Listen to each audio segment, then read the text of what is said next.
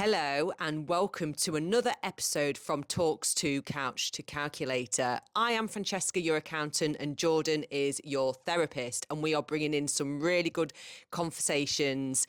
If you have any questions along the way, please fire them over and we'll be happy to answer them. Sit back, relax and enjoy and laugh along with us. I don't know. October. Yeah, October. And we're late today, aren't we? I've just said we're cracking on George today. is waiting for me to help with the wedding. Right, so you've got... Last time we spoke, we always catch up with George anyway. And it's like the first George's show. And so he's doing his, not camper van, what is it called? Food trailer, new business, and he's officially left because the plough at Coddington Newark has done a big post, which is really lovely. Really nice post. Say goodbye to George. So he's freestyling it out in the wild. Yeah. So what's today's plan? We've got a wedding. Okay. Today? Yeah. Someone's getting married today and you're there? Yeah. Wow, yeah, okay. In Skegness, of all places. Right. Which isn't far from, like, obviously where some of my family live. They live, like, between Boston and Skegness. Mm-hmm.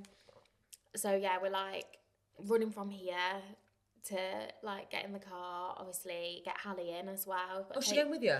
We've got to take her, drop her off at my auntie's on the way. On the way, yeah, for a couple of hours while we're there. It's not going to be a long thing. Like, food will probably take like an hour or so to serve up, and then we'll pack away and come back. Simple as that. Yeah, it's quite a like low key wedding. Yeah. Like, it's not a big event sort of thing. I think we're only catering for like 40 people or something. Okay, so what food is it? Is it like the halloumi? No, tapas? It's like hog roast rolls. Ooh. With like stuffing, applesauce crackling. Yeah. Do they come to the van, or do you go out to they're coming to the van. And then he's got like a few different accompaniments, like he's got like potatoes and there's like randomly a pasta salad because it's a dairy free thing as well. So that's hard. So yeah, he's just obviously they've requested certain things and they had a certain budget in mind, so he's just gone with that and catered to their needs, basically. So anyone that's listening that's either thinking about starting their own or just started their own, how does George actually feel? Because this is all on him now. He feels really good, like he's excited and but he's nervous. He's anxious about like cash flow, even though he's so busy into the new year. Doesn't matter, it's timing of things. He's anxious because he knows he hasn't just got that secure figure coming at the end of the month. Yeah. You know, and also... So his last pay is October for his employed role? Yeah, but it's not a full pay. Like, it's of course. And also, because I'm self-employed, it's like so funny how things happen, isn't it? And I'm not in a place where, like, things are flowing. I'm in a place where I've just returned to work after maternity leave. So I'm just getting back into the flow of that. And he's literally just left his job. So... It How sounds brave stupid. is this? Both of you with a 6-month-old. I know, it sounds stupid, but it feels like exactly the right thing to do for us. Yeah. So that's really good, and you'll make it work. Yeah. You will make it work. Yeah, I'm dead excited to see it all unfold. I know. I can't wait for you to come. Which one are you coming to? Are you coming to Collingham on the 8th of November? I'm in London. Are you? Yeah. He's got a few pop-ups, to be fair. Is in North Muscombe on Halloween. 31st. Yeah. Thursday, 31st. Okay. Yeah. Where's that at? North Muscombe Village Hall. And what is that, a party? The Village Hall are hosting like a Halloween party. Yeah. Just for anyone to come. Like some people are just ordering food, some people are staying. Yeah, are you going there? Yeah, I think. I have to see what Steve's doing. I didn't realise that he wanted me to work it. Yesterday we were like, he was You're going to be working as much as. Well, this is the thing, isn't it? Because he was like, I was like, who's working North Muscombe? He doesn't have to pay you. He was like, you are. I was like, no. Oh, shoot. I was like, no, I'm bringing Hallie. Like, having the fun. Yeah. And he was like, well, that's fine. I'll ask someone else to work it. I was like, you'll do it. I was like, take her as well. Well, I'll do it if you want me to, but... I just wanted to enjoy that one with Hallie. Yeah, it's a little Halloween party. There's like a couple of people from a baby group that are going as well. So I was like, oh. You might enjoy today, and then you'll be like, yeah. Obviously, I worked the boxing show last week. Oh, yeah, so tell us about that. That's what we ended it on. And I've worked a private party the week before that, so it has been me doing the bits up until now. Do you like with it? George. Yeah, I really enjoy it. Last week, though, it must have been the Friday because I worked. Yeah. Your day job sort of thing. Yeah, I did my usual job as a therapist. Yeah. And then literally it was such a quick turnaround, like grab myself, get ready, and then straight out to help George. I had a headache like all night. All night. Just from, I don't know, just doing too much, I think, and obviously not having enough sleep. Yeah. As well. Yeah. Yeah. So yeah, but I did enjoy it. I enjoy helping him. I enjoy I just take payments or do little bits and bobs. Oh, it's fab. Did you really like it? Yeah. Get that new client that I passed over? Yeah. Yeah, I'm really, really looking forward to working with that's good. Good. So it's all going well. Yeah. So what have I done since? Yeah, so what have you been up to? We had a team day out yesterday. Oh, where? So we went to ASI Newark. What's that? So that's where they do all the planes and space. Oh, Centre. Is it the new building next to the council? Yes. Oh. It's a lovely building. Yeah, it looks cool. And that's where all students are going to do. Yeah, that's really cool. It's so cool for Newark. I know, when you look at it, you think, Newark. Oh, that's in Newark. It feels so random. It felt so random. I didn't see the plane. There's a massive plane in the building, and its wing is outside the building. It's so cool. Yeah. It makes no sense what I'm saying, but the rooms are beautiful for meeting rooms. That's where we were in a meeting room. They provided lunch, which I'm not too impressed with. We needed George. Yeah, George it was cooking. Your typical sandwich. Yeah. And just white. And we'll talk about nutrition as well within it. And they didn't match. It's not that they picked the food, the catering or whoever there. Yeah. I know it sounds bad. There wasn't a bit of fruit. There was just your typical white sandwich and cake. It's always beige buffet, isn't it? And beige nowadays, buffet. you don't want that. You want a bit of it, but you want some colour on your plate, just a bit of variety, don't you? Not just ooh. So that was a bit, but I like my food, anyone listening. Yeah. But I ate it. I had 7 sandwiches. You, not a piece of salad there. I had 7 sandwiches. I did. I had 7 of them, and it had thick butter in it, so it was a bit God, it's your typical buffet. I know what you mean. But people will like that. I know. So don't, I'm not knocking that side of things, but they're doing what they do and with what money and the resources they've got. But yes, that wasn't the best. But so it was a new day that I came up with. They're called the Human Alchemy. Right. And what they are is a leadership and management company. Yeah. So we had a leadership and management course last year. Okay. So there was me, at the time, obviously Charlotte, who was my business partner, she's no longer with me now. Yeah. And then 2 of the managers with Future Cloud. Yeah. So there was 4 of us that did it. And oh my God, was that an eye-opener. I remember you saying about that, and you really enjoyed it and thought it was really valuable. So valuable. Yeah. But others didn't so much. Yeah. People can shy away from these things and go, it's obvious to do that. Well, why are you not doing it then? Yeah, absolutely. Yeah. And it really made me think, okay, workshops take it out of your day, and I didn't like that bit. You think, I could just check that email. That's cracked me up. Yeah, it's my routine's gone today. Whereas I love doing something different, and I love doing courses and stuff like that. But I suppose you picked it as well, but pick what you're super interested in. What I was gonna say though was what was it? What have you just said? Oh, it's the same in therapy. Yeah. I've said before, a lot of things are obvious, but you just need someone to tell you, tailor it to you and your needs and keep you accountable. There's parts of therapy, implementing, schedules, routines, doing things that are going to improve your well-being. Yeah. We all know a lot of what those bits are, but we don't do them. Why do people say stuff and never do it? I guess there's so many reasons, aren't there? And a lot of it is to do with your belief system, I would say. We discussed that. Yeah, we discuss it a lot, don't we? And our priorities, or priority, and our values. So a lot of people say, I haven't got time for that. I'm sick of that saying. Make time. Yes.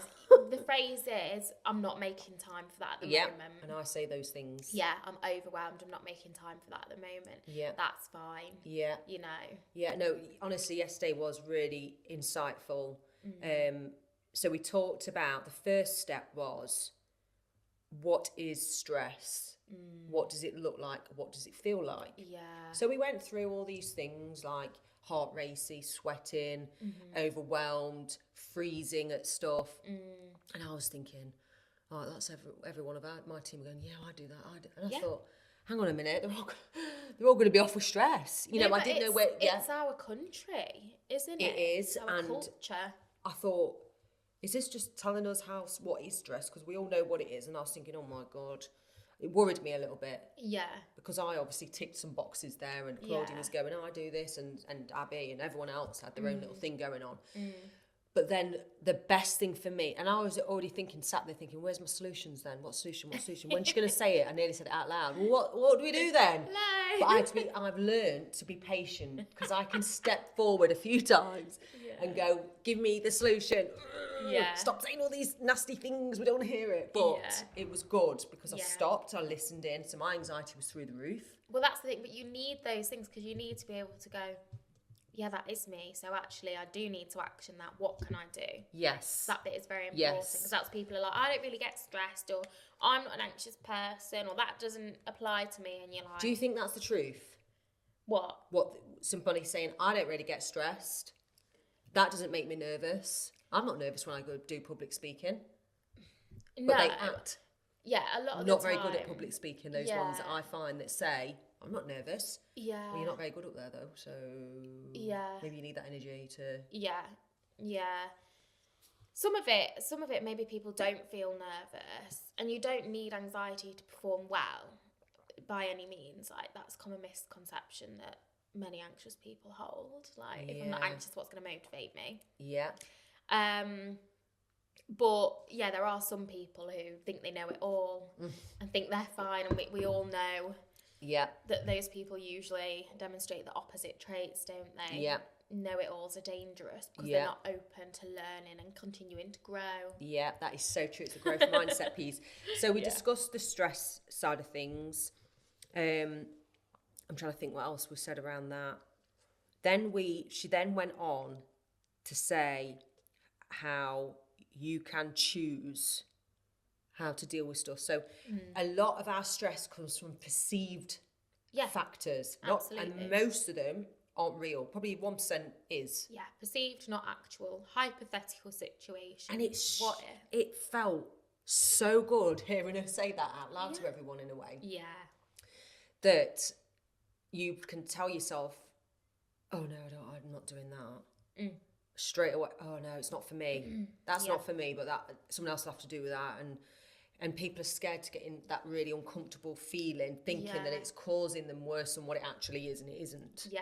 And I've learned that, some hard ways of pushing yourself through the boundaries a little bit. Yeah, absolutely. But having obviously you don't want to do that for too long. So this Alison, the host, she said, I've been through stress that's caused her to burn out, for example, and break down and whatnot.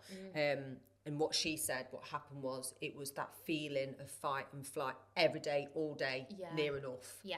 So it takes a long, your body can cope with a lot. It can, Like ridiculously a lot. It's quite incredible. And we push ourselves to the point of burnout because we're a culture of people that don't believe we can stop unless we absolutely have to. Yeah. The people that drag themselves into work unless they're bedbound or, and like for what? Like, it's not admirable. Like, and especially when we all worked in offices and things like that, I don't want you to come into work if you're full of cold or you're ill.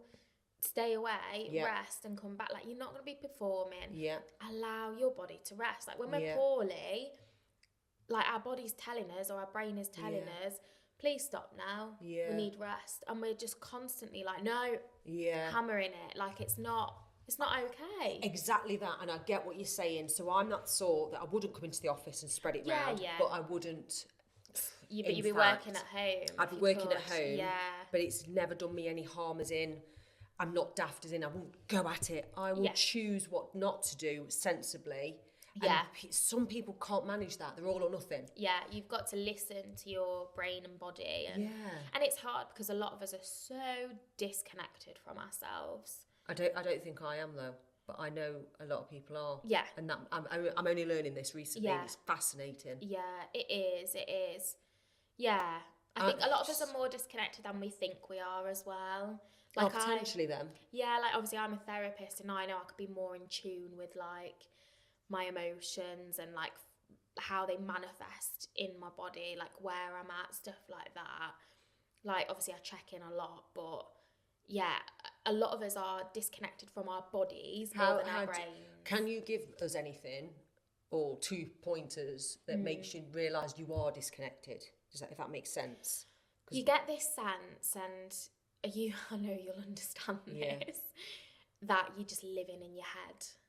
Like, do you know what I mean? Like, there's so much going on in your brain that you're not really like tuning into your body and like how that's manifesting in your body. Like, all of our emotions have like a kind of physical, somatic manifestation in the body, and there's so much research as well, like around emotional health and like physical conditions, long-term conditions, and looking at this is why like our mental and physical health are so interconnected, not just in the sense of if you're doing exercise then you'll feel better and less stressed. It's not as simple as that. Do you know what I mean? It is like it's much more connected than we have given like it credit. Do you know what I mean? Yeah, 100%. And you see this all the time, people with like long-term health conditions and they're kind of like psychological, emotional health, like and it's not it's not the type of people we like to stereotype it as, people who are living unhealthy or don't exercise, stuff like that. It's business owners, it's high performers. Do you know what I mean? Yeah. So I think that's a massive symptom, and I get it as well, where like I realise I'm all brain and I'll just be like, hang on, like it's too much. George actually said to me in the week, like, you need to sit down and calm down because else you're just gonna lose it. What made him say that? What was you doing? What did it look like? Do you have to think? It's so God, we're so real here. It's ridiculous, aren't we? We've just got to say it. I was stressed during the day. Right, let's reframe that then. What does stress look like to you on that day? For me, it just looks like looking at the clock, feeling anxious about time, not feeling like I need to plan more, wanting to be organised, but my circumstances not always allowing it. Yeah. Not always allowing things to go to plan. Yeah. So like me having a image in my head of what the next day will look like. Yeah. And it not playing out like that. Yeah. And getting frustrated. Okay. Some of the time I'm fine with it. Some of the time it spins me out. Yeah. It's a work in progress. Yeah. It was one of those days. What day was it now? I can't even remember what day it was. It was this week. Maybe like Tuesday. Yeah. You can on a Tuesday, you can choose the day you have. That's such a cliche saying, isn't it? Joke. Oh my God, Tuesday, you can choose. Tuesday. So, and it's true. And that's what the woman was getting at. You can choose how you deal with things. Yeah. But it's mindful work all the time. It's exhausting. It is. Until it's a habit. It takes a lot of like reflection and insight and stuff. So I think it was one of those days where I was just like irritable. Yeah. Irritable at the state of the house, irritable at this, irritable at that. Like, had a busy day with work. Might have been the Monday because it's my full day, isn't it? Yep. And then, it's so funny. So it was one of those days where like, then George couldn't do anything right, essentially. Everything was just really annoying me. And the frustrating thing was, that was it. And George said, do you want to go out for dinner tonight? Nice. But we'd need to take Hallie with us. Yeah. And I was like, yeah, okay. But already in the back of my mind, I was thinking, but like, what about her routine? And we do not stick to it rigidly. We don't. No, okay. Like, he wanted to go to Raki Rakas in Nottingham, the Turkish. It's so nice. But again, it's like a 55-minute drive. Yeah. I'd been out for a walk. We were going to leave about 5. Hallie ended up sleeping for 2 hours. She didn't wake up till like nearly 6. Danger nap. Yeah, it was fine. But so we'd got dressed, and then he was like, "Do you want to go? What's wrong with you?" And I was like, I just couldn't make a decision. And I think because I was already stressed, I was like, I don't know. Like, I don't know what to do, because if we get in the car, she's going to wake up. Yeah. On the journey, that's not fair. We're going to sit her in a restaurant. She's going to be tired. She might have had a bath. Like, all of those things. Like, they're small things, but like when you've got a baby as well, you just think. Ooh. So they were like, right, fine, we won't go. You said that. No, he did. So we that's won't go. already. It's fine. It doesn't matter. So he went upstairs and got dressed and like carried on like food prepping for like some of the bits he's got on. So what do you eat then? We ended up having a curry at like 8:30 at night that George made. That sounds pretty good. But that's what it was. And I was like so aggy then, because I was like, well, I've got ready and I'm sat here and I don't know what to do, but like Hallie's still asleep and all of things. Do you know what I mean? Right, so I'm going to jump back then. So as a therapist, and if it was me telling you all this, and in hindsight, what would you have said to yourself or to that person that's telling you this story? Like, just make a decision. Like, are you going to go out for dinner? You could just wake her up. She's been asleep long enough. Like, could have just woke her up, changed her nappy, like, sat in the back with her for the journey. Yeah. The other thing George said is, shall we go in your car because the Too many decisions. Shall we go in your car because the ISOFIX is... And I thought, wow, I can't be arsed. Yeah. I can't be arsed. Too many decisions. Too much. Yeah. I don't want to drive there and back. I've had enough now. Yeah. Like, and again, it's just tiny, tiny things. They say, don't they, like death by 1,000 cuts. Like, I think this is another communication issue as well, because sometimes Steve will ask me, do you want it like this? Do you want it like that? And then I'll just look at him. Right, we're doing it like this, and I need him to take the decisions away. Yeah. You're overwhelmed. And I said to him at the end of the day, I was like, I don't want to make decisions. I've had enough. I don't want to do it. But you've not made a decision. I said, because I don't want to. So if in hindsight, the communication between you, he needs to recognise when you're like that. Absolutely. Right, I'm going to ring Hallie. He does. But sometimes. You need to say what you want. He was like busy as well, like prepping things and getting ready and stuff. So yeah, it's just one of those things. Like, it wasn't massive. It was a build up over the day. Like you say, it was poor communication and emotional regulation on my part. And then, do you know what's hilarious? Like, the straw that broke the camel's back for me was like, I went and had a shower and I put my pajamas on and my pajamas smelled damp. Oh no, I hate that. And I was like, for fuck's sake. I was like, I can't have anything. I can't even have pajamas that smell nice anymore because the washing sits in the dryer for too long. And I was like, absolutely raging. So this is what Alison talked about yesterday. Yeah. She said about the people that will have one bad day on holiday. Yeah. I'm always having rain on holiday. Yeah, overgeneralising. And she said, you've got to catch yourself. You have. And the people that do that. Yeah. But that wasn't really the issue. There was all the other bits that joined. And I knew that. And what did George say? Then eventually when we sat down and had a curry, and I was like, do you know what's tipped me over the edge? My pyjamas stink of damp. They weren't horrendous, but I love just fresh. Like, fresh. Yeah. Like, feeling good. I was like, and it's just hit me over the edge. Like, why can't we even just have the washing smelling like it should smell? Yeah. Like, and he just, his face was like completely perplexed. Like, at that point. As if to say, what? Like, come on.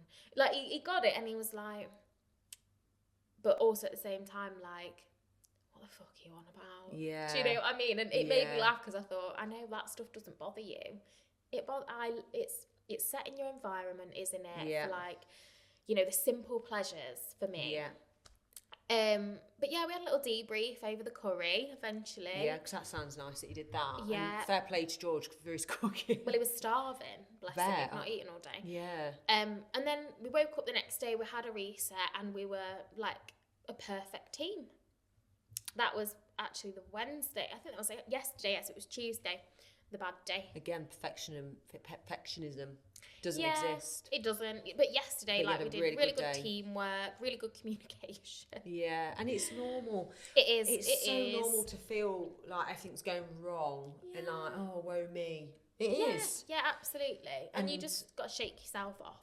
Yeah, and it, honestly, like, I didn't realise as a team how much I wanted us to, like, bond, as cringy as it sounds.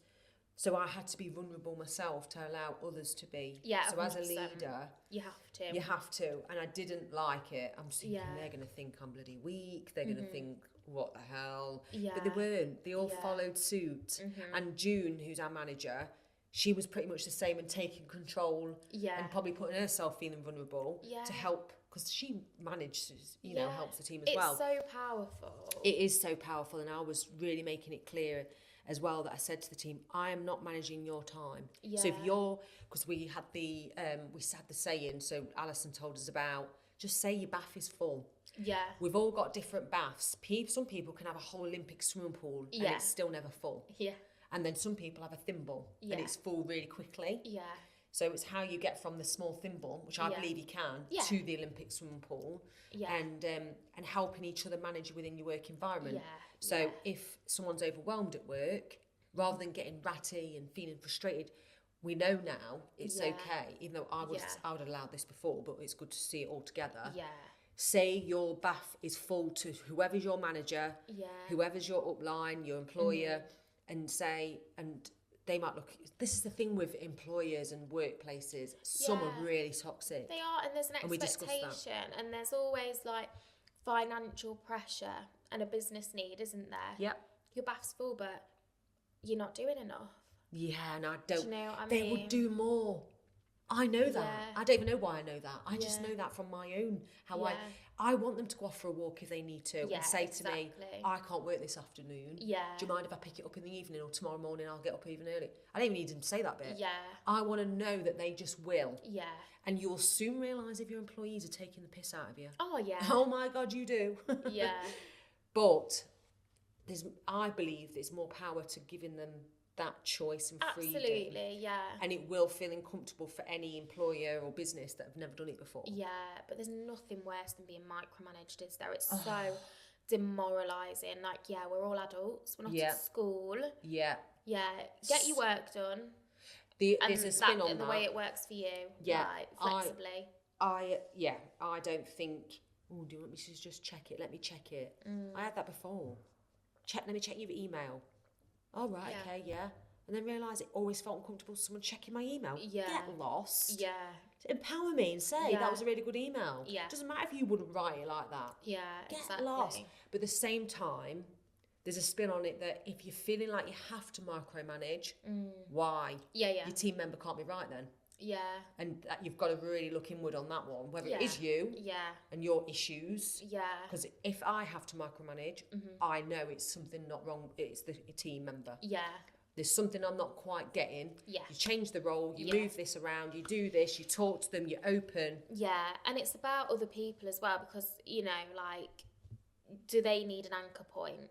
Like, you want a level of flexibility, but also do they need a little bit more accountability? Do they want to check in with you once a week and set, like, you know, the goals for the week and what they want to achieve and what you'd like them to achieve? Like, do they need that brief? Exactly. Do you know what? Some people like instruction, yeah, don't they? Like, okay, what do I need to do? Yeah. By when? Yeah. You know, this is how I'm going to structure my day. Thank you. Like, and again, like, some people with neurodivergence might need more of that, like ADHD type symptoms. Yeah. And some people that are neurodivergent might not. Yes, like, and again, it's the same for like neurotypical people, isn't it? Like, we all work differently. But just, in the context of, like, ADHD and, like, distractibility and stuff, it's common to need, like, a bit more of a schedule. So you don't need to think so much about it. You just kind of, like, read and act. Like, what's next then? Yeah. It's this time, what am I doing? Can be helpful for some people. It's so true. And it's about allowing your team a safe space. And I've never seen it before. And I'm just so glad I'm trying to do that now. Yeah. What's uncomfortable for me, and allow myself to say I'm a leader is so. I actually cringe at myself right now saying that. Do you know what I'm saying? Yeah. It's like, I'm a leader. Oh, why can't I just say I'm a leader and let it deal with and let it be? I don't know. What are you worried about? Coming across as, who are you? Do you know what I'm saying? Yeah, and that's my own judgmental and beliefs from my 100%. past. Like, I have that as well. Like, even if like, I want to make a course and maybe run a membership at some point in the future. Yeah. But I get worried about that. The people in my profession who are deemed, like, I don't know, very qualified, very experienced because of like the qualifications and maybe like titles and accreditations they have. Like, those things are important, but they're not essential. Yeah, exactly. If you to like run a course or do a LinkedIn Q&A or an Instagram Q&A, like, yeah, it's that sense, it's imposter syndrome, isn't it? And those limiting beliefs like coming up, and it's not other people. No, it's internal, isn't it? It's the projecting of like, I sometimes feel like an imposter, so what if other people think that too? Some people will, like, but you're never going to know, and we're all our own harshest critics, so we're probably going to judge ourselves harsher than the majority of people that are looking at us objectively. Yeah, it's so true. Yeah. Because I'm glad I'm saying this, and I know there's going to be so many people saying the same, feeling the same as a manager and a leader and running people and thinking, well, I've never done it before. Or you best learn fast then. Yeah. That's all it is. Just learn and pick it up and work it out. Yeah. And as long as you're growing and changing and adapting, it's the ones that are fixed and feel like they just know it all. They're the ones that don't do so well. Yeah, exactly. Dare I say it? Exactly. Yeah, it's acknowledging that like we're all continuously growing, but it's also being able to like acknowledge your achievements, things you're doing well, things and a lot of people do, and that's the battle really, like allowing yourself to be like, I've done really well there, I've achieved something big there and I'm proud of that, and being able to talk about it. Particularly in like British culture as well, like there's this fine line we feel we have to tread around, like being modest and not bragging or being big-headed. But like, then how do you show that you're excited about something? Like, imagine if we treated our children like that. They come home excited, look what I've done. Imagine if you go, that's nice, but like, come on. Like, don't brag about it. Don't brag about it. Like, well, you just never would say that to a child, would you? No. Yeah. It's so interesting. We hype kids up, don't we? Because we want to be able to, that's so good. But do parents hype kids up, actually? And that might I think be some a lot of the issues. Of parents do. Yeah. And sometimes, I work with a lot of people who could never get their parents' approval. So sad when I think about it. Is absolutely heartbreaking, and it's even more heartbreaking when you are raising children, and like now I've got a baby. Anything I see like on telly, on social media, to do with like children not getting like their needs met or not being nurtured, it kills me. I can't stand it. I just think they're so like, as children we are so innocent, and we're so like permeable, as in like everything's being absorbed and taken in, and we internalize everything because we don't have like the developmental kind of capacity to understand that actually sometimes it's not about us, it's about other people.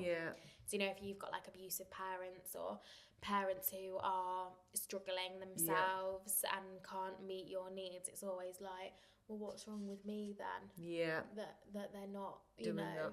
And that's another thing we learned yesterday. Like, people are not their behaviours.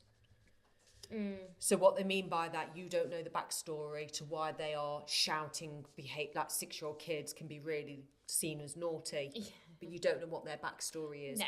And she also said that everybody can change their mindset, and also we touched upon that anybody can do more and bring out the best in themselves. 100%. So I said, frustratingly, towards the end, I said, what do I do with the team members or people that I know that I believe in them, but they don't believe in themselves? What would you answer to that then? If If I'm saying to you, I believe in somebody, but they don't, but their confidence isn't great. You but just they're got so to clever. affirm that. You have to point things out. Like, I believe in you because you have to like bring the evidence into their vision. Yeah. Because when we've got negative beliefs, like if someone thinks like, I'm just not good enough, you know, I'm not What if capable. I look stupid? Or, that's a big one. Yeah, it is a big one. Or yeah, like I'll be judged, people are gonna make fun of me, you know, then you're always like noticing and looking for evidence that supports what you already believe, like I said before. So in therapy, a lot of the work is like you've been like focused. One of my supervisors says like that he tells people, imagine you've had an accident and your neck can only look that way. Yeah. And that side, it's just all like, you know, people being unkind, like making fun of you and stuff like that. And that's all you can see.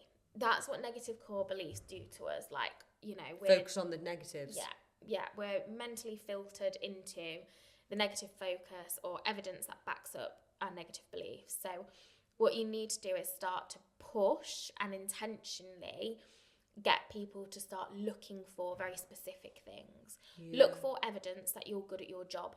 Look for it and write it down every single day. Like, and it could be comments from managers, it could be feedback from clients, it could be, you know, actually I've got quite a lot done today and I didn't expect to do that. But you have to refocus your attention to capture that information, because else you're ignoring it. It basically doesn't exist. So as a manager, you can do that for people. Yeah. You know, those positive affirmations are really helpful. Like, you're really good at your job, we really value you. You can say those things, but say why. Yeah. Like, why? Follow it on, not just give them the evidence. Some people just say stuff for the sake of it. And also it's easy for people to dismiss then. They're just saying that to be nice. No, not if you say, you've done so well on this piece of work. You're so good at this. And remember when you did that and that project you're working on at the minute, like, you know, I couldn't do that. I'm so like in awe of your skills. Like, you're not going over the top, but, you know, being honest, like, I value you because, like, give them the evidence.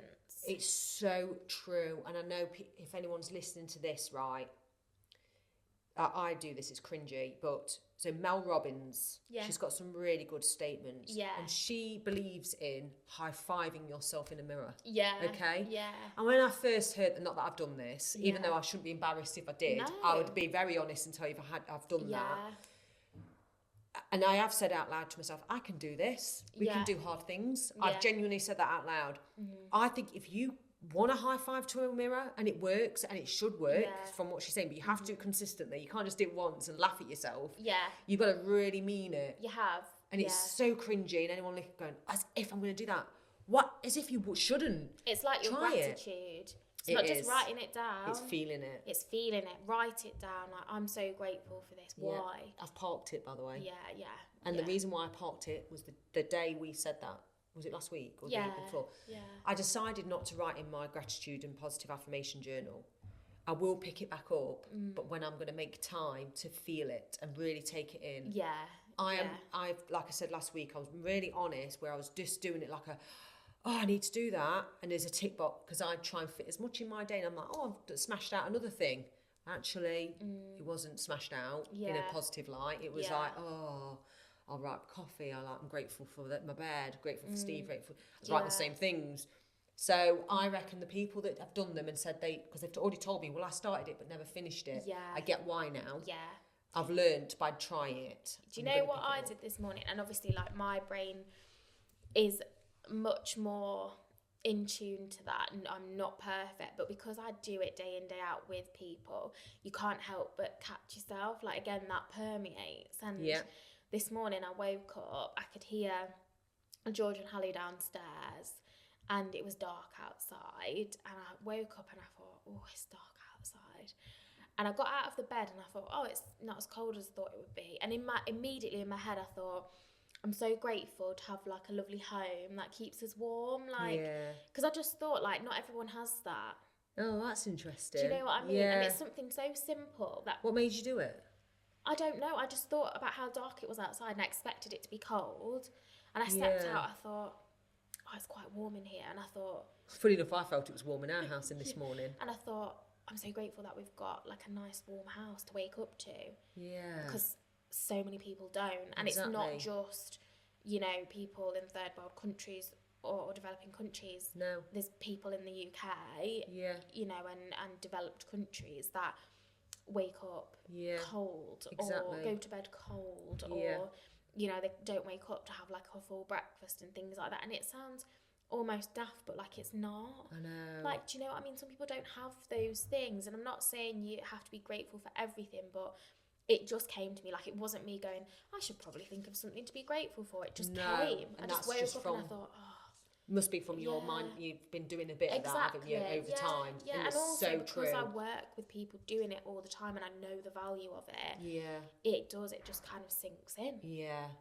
I just jumping back to yesterday as well, another thing that was mentioned as a joke about a toxic work environment, and people don't know as much of the impact of walking into the office and there's that moaning person going, oh, did you get stuck in the traffic? And then someone else going...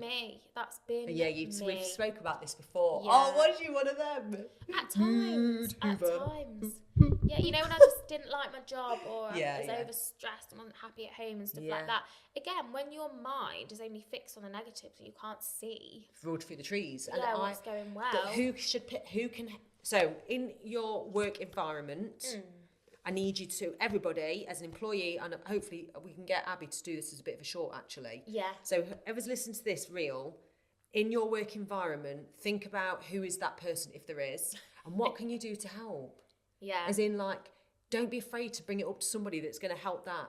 Yeah. Because there's nothing worse. Yeah. The business would be better with that education or not. What do you think? Like... What do you mean? Like, so, as a person, as an individual, as an employee, how can you make that better? It's about you can direct the questions you ask. You know how you go like, "Morning, you all right?" Yeah. And people go, "Oh no." Yeah. Like, and it sounds daft because we're not used to doing it. Come and go, "Morning." Like, what are you feeling good about today? Yeah. What's gone well for you this morning? Like. Yeah.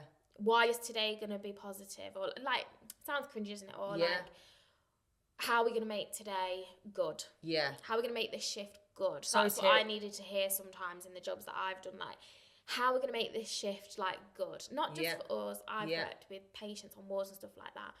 It's for people like that as well. It's for everyone. It's for clients. It's for the team. Yeah. Like, what can we do to make today good? We know the challenges because we're faced with them day in, day out. You know, things like that, like budgeting and resourcing in the environments I've worked in. Yeah. There's no quick fix. It's not going to change overnight. So, like, what can we do just to make today So going back, you have been in that space. Yeah. What would have helped you if when you came in and moaned about the traffic in the day and dread and all that, would it be a chat from somebody to pick you up on it? Yeah, I think, you know, if it was someone in the team that like, that I respected and liked, I guess. Yeah, it's about liking, because if you don't like your management, leadership. But it's not only that, like, misery does love company. And if I think back to like when I might have been that person, a lot of other people in the office were as well. Like, there weren't really anyone else there going. Said that as well. She said behaviour of that, what's the word, that multiplies, everyone does it. It does. It's like contagious. Yeah, that's the word. So yeah, again, like, don't underestimate the impact you can have as an employee. Like, it doesn't matter what role you have, what position you're in. Don't underestimate like the impact you can have by saying, you know, like, something what's going well for you today. Yeah. Like, I can see that, you know, you're stressed, having a difficult day, but like, what's going well for you at the minute? Yeah. You know, or that's something good to end on. Yeah. Because then you can tell us next week. I want all the juicy goss of the wedding. Yeah, I'll let you know. How it goes. We've got a few events as well. Yeah. What we got tomorrow. So you've got today's wedding tomorrow. Tomorrow is George's at Saxelby like sports centre or something. Yeah. Catering that. And then Saturday, Sherwood Holiday Park, Halloween party. Cool. Yeah, that's like 12 till 5 in the day. So I'm going to be taking Hallie there and the whole family are coming. I can't believe how many Halloween parties is going on. Yeah. He's got loads of things. He's extremely busy. But just cash flow we need to think about. Up until the end of the year. like he can't really fit anything else in. I think he's got like 1 weekend free. And then he's going to be profitable. He is profitable. Yes.